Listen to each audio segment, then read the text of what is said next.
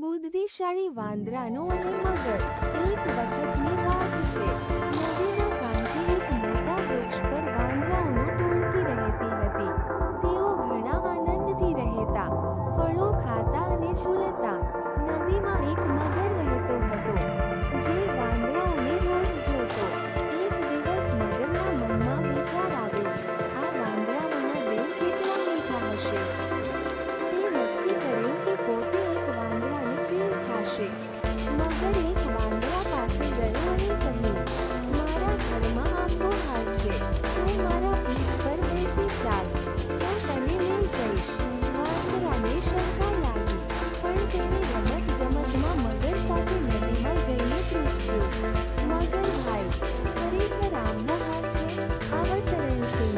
મગર બોલ્યો, હું તો તને મારીને તારું દિલ ખાવા માંગુ છું. અવતરણ છે.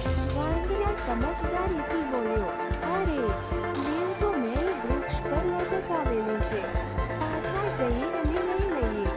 અવતરણ છે. મગર તેને પાછો લાવ્યો.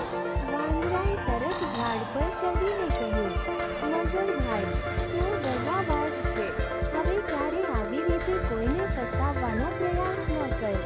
અવતરણ છે. Thank you for watching Gujju કી અનોખી કહાનિयाँ. Please subscribe, like, and share my videos more updates. Also, follow my Facebook page for more updates.